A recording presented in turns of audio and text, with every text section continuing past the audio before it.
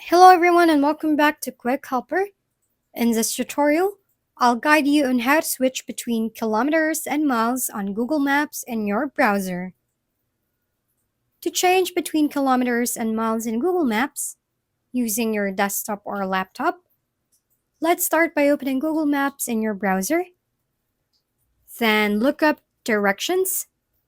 If the distances are in kilometers and you prefer miles or vice versa, you just have to go to the options.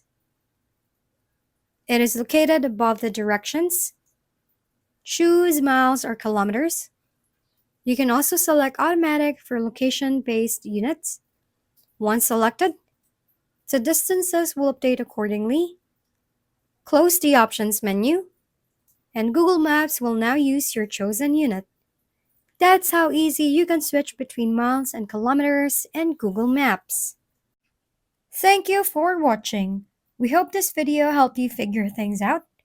If we've been helpful, kindly give us a thumbs up and don't forget to hit the subscribe and bell button for more contents.